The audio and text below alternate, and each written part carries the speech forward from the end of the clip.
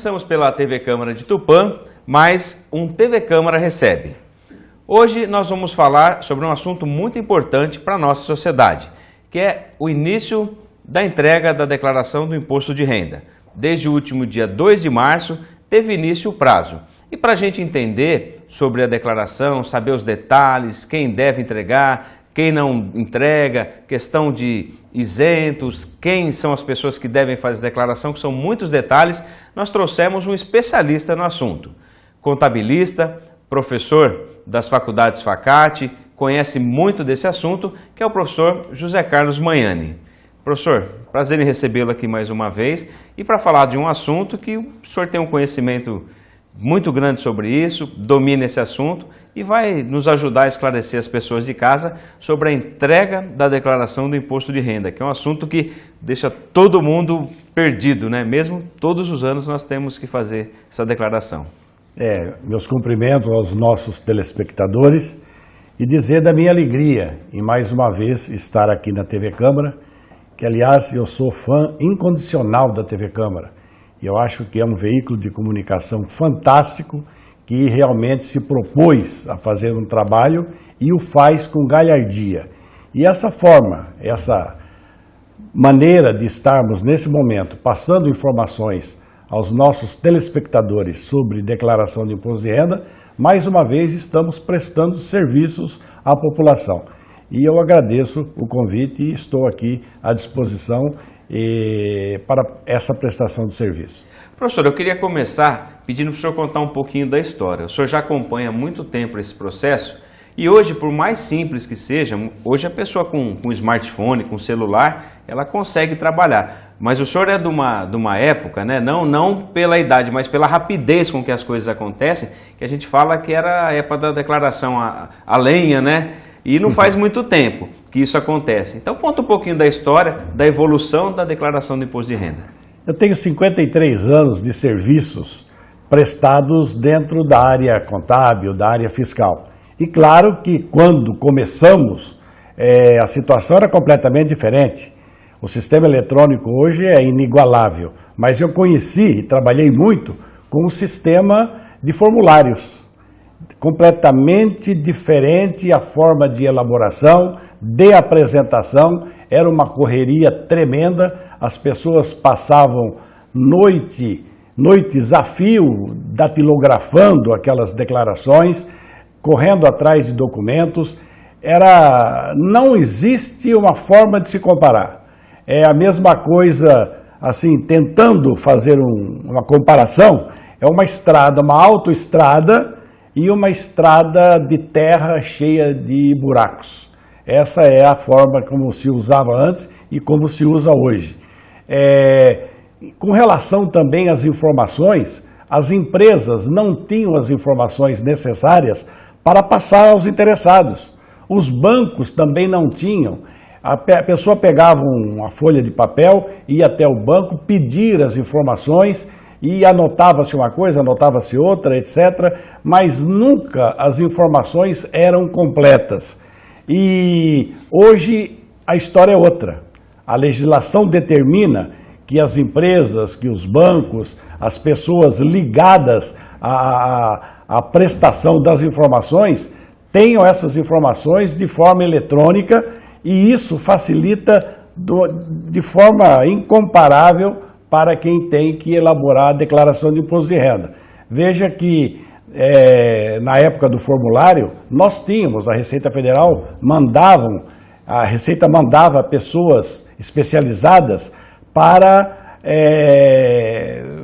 prestarem informações aos contabilistas e nós tínhamos as mais variadas dúvidas e a fiscalização sempre competente, a Receita sempre tentando prestar o melhor serviço possível, nós aprendíamos e aplicávamos quando da elaboração das declarações. Agora, comparar a época antiga com a de hoje é muito, muito difícil. Tinha um treinamento, um preparo para poder fazer esse trabalho todo. As mudanças aconteciam constantemente e se não houvesse alguém da Receita para prestar essas informações, dizendo das modificações que haviam sido feitas, não tinha como se fazer, era danado.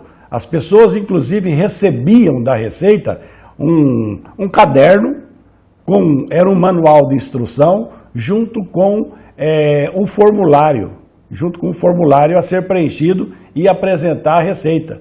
Os bancos ficavam, no último dia, até meia-noite, para poder receber, porque tinha o carimbo.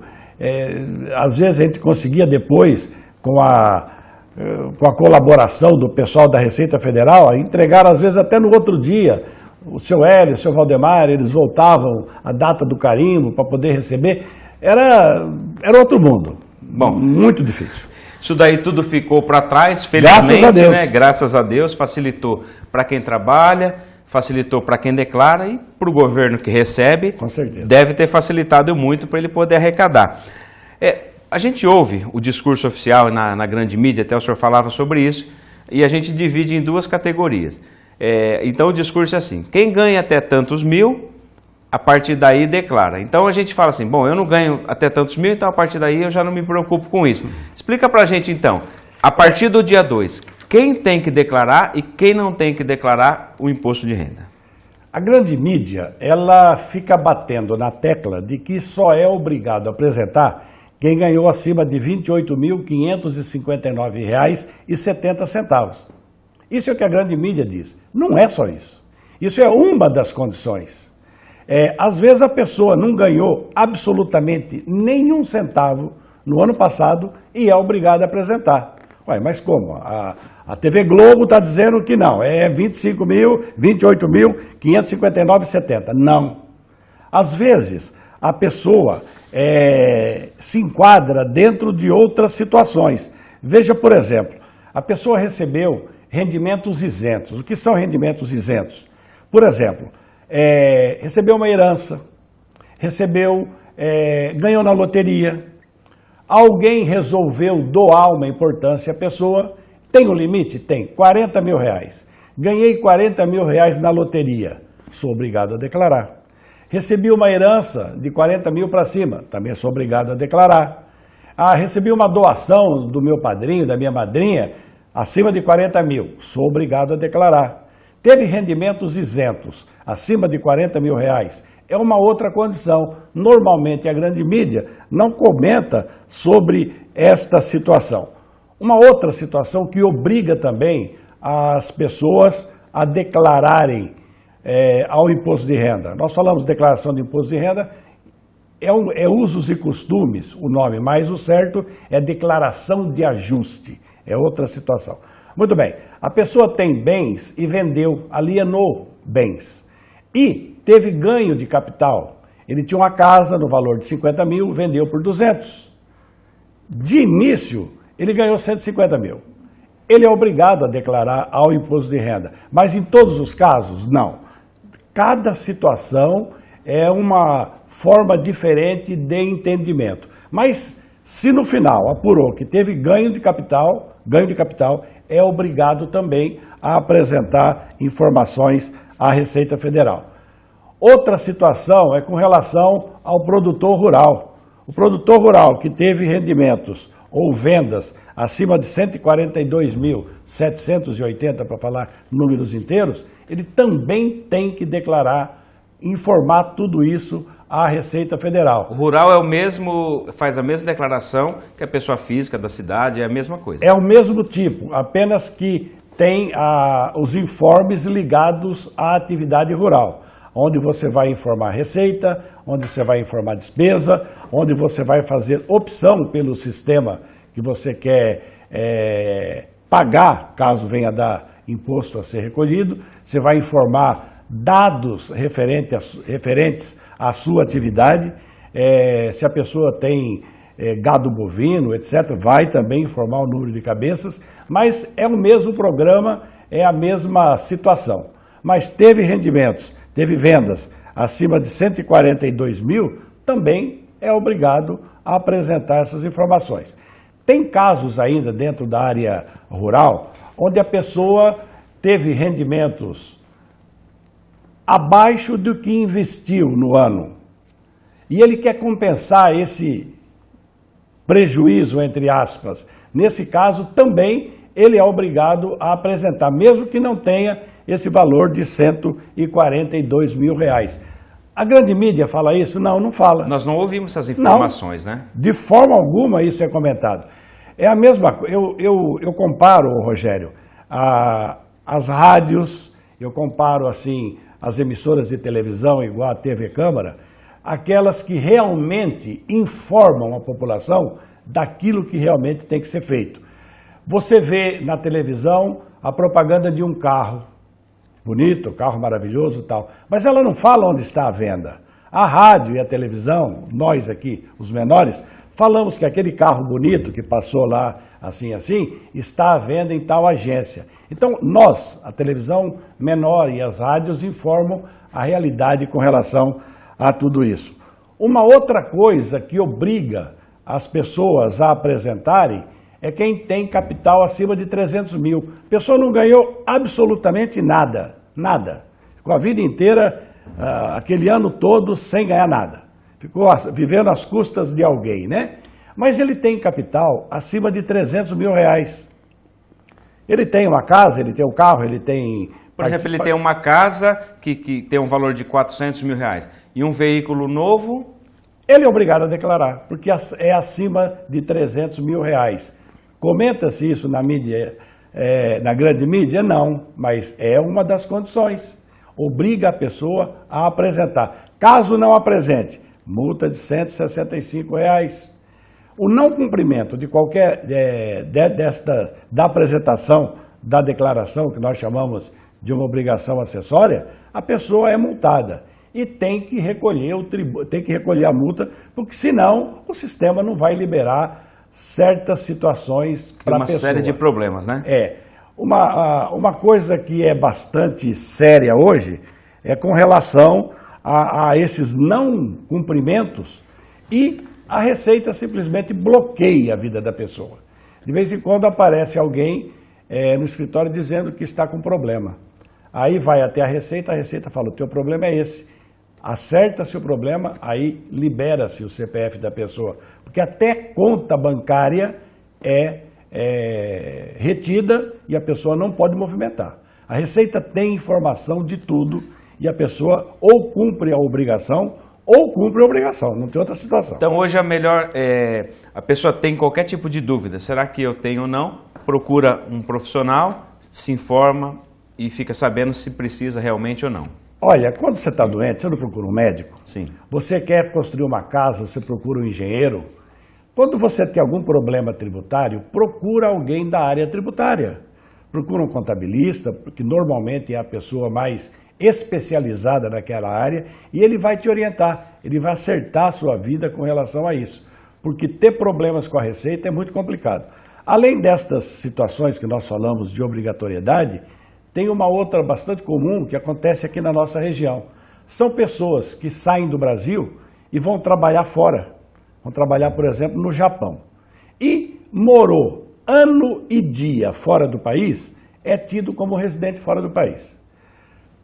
Mas um belo dia ele retorna. No ano que ele retorna, ele é obrigado também a declarar o imposto de renda. Declarar o dinheiro que trouxe, etc. Muita gente fica preocupado com o dinheiro que trouxe. Ele está morando fora. O dinheiro que ele ganhou é de lá. E o Brasil, ele tem acordos, tratados e convenções internacionais firmados com uma série de países. E principalmente com o Japão. Ganhou dinheiro lá, pode trazer para cá sem problema nenhum. Isso é importante, né, professor? Exato. Apresenta-se as informações e começa a vida daí para frente. Então, morou fora do país, voltou. No ano que volta, com ânimos ou com a intenção de continuar morando aqui, é obrigado a apresentar a declaração ao imposto de renda. E essas são, normalmente, as grandes obrigatoriedades de apresentação e de cumprimento com a Receita Federal. Bom, é importante. Agora, a pessoa, então, tem que fazer a declaração, procura um especialista, um contabilista, tem que fazer. Surge um monte de dúvidas. Queria que o senhor falasse, por exemplo, abatimento, dependentes, até que houve mudanças com relação à questão de idade. despesas médicas, o que pode, o que não pode. Dá uma passagem geral em tudo isso, professor.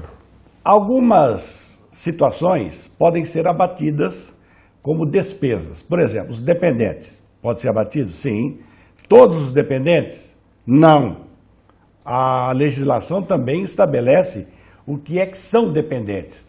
Até 24 anos, desde que esteja fazendo um curso superior, pessoas com problemas,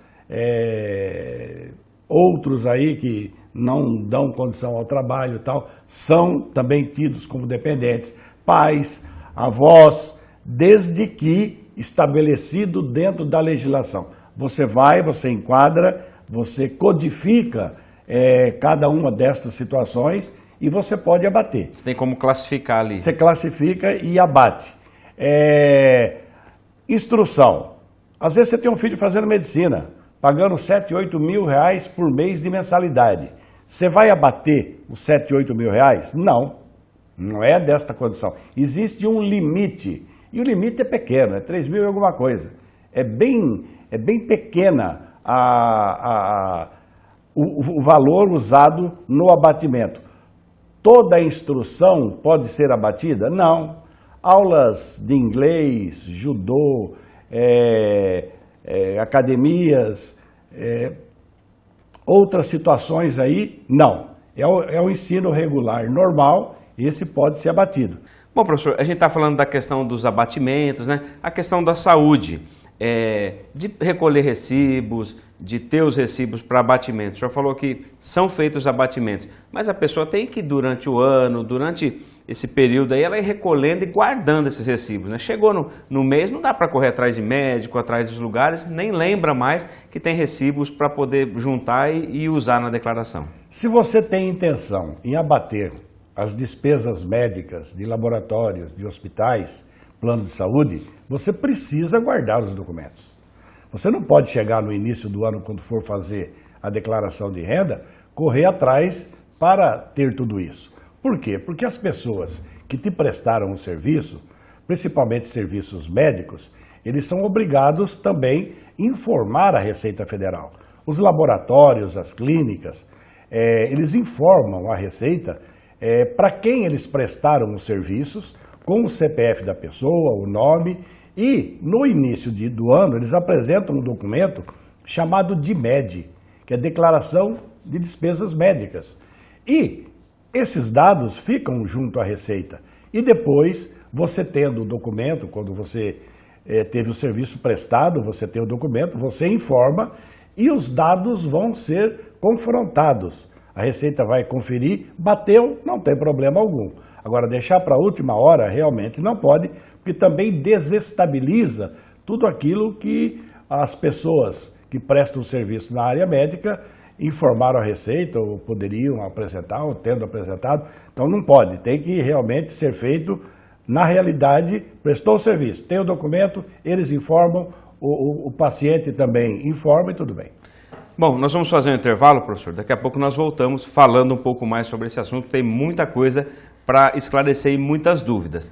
Daqui a pouco nós voltamos, estamos falando sobre a entrega das declarações, preenchimento, as principais dúvidas das pessoas que desde o último dia 2 de março já estão aí liberadas para fazer a sua declaração do imposto de renda. Em Tupã são cerca de quase 10 mil pessoas que têm a declaração, segundo o escritório da Receita, né, tem a declaração para ser feita. Então, daqui a pouco nós voltamos com o TV Câmara Recebe. Hoje, recebendo o professor José Carlos Manhani, contabilista, e que está falando para a gente sobre essa declaração do Imposto de Renda 2017, ano base 2016.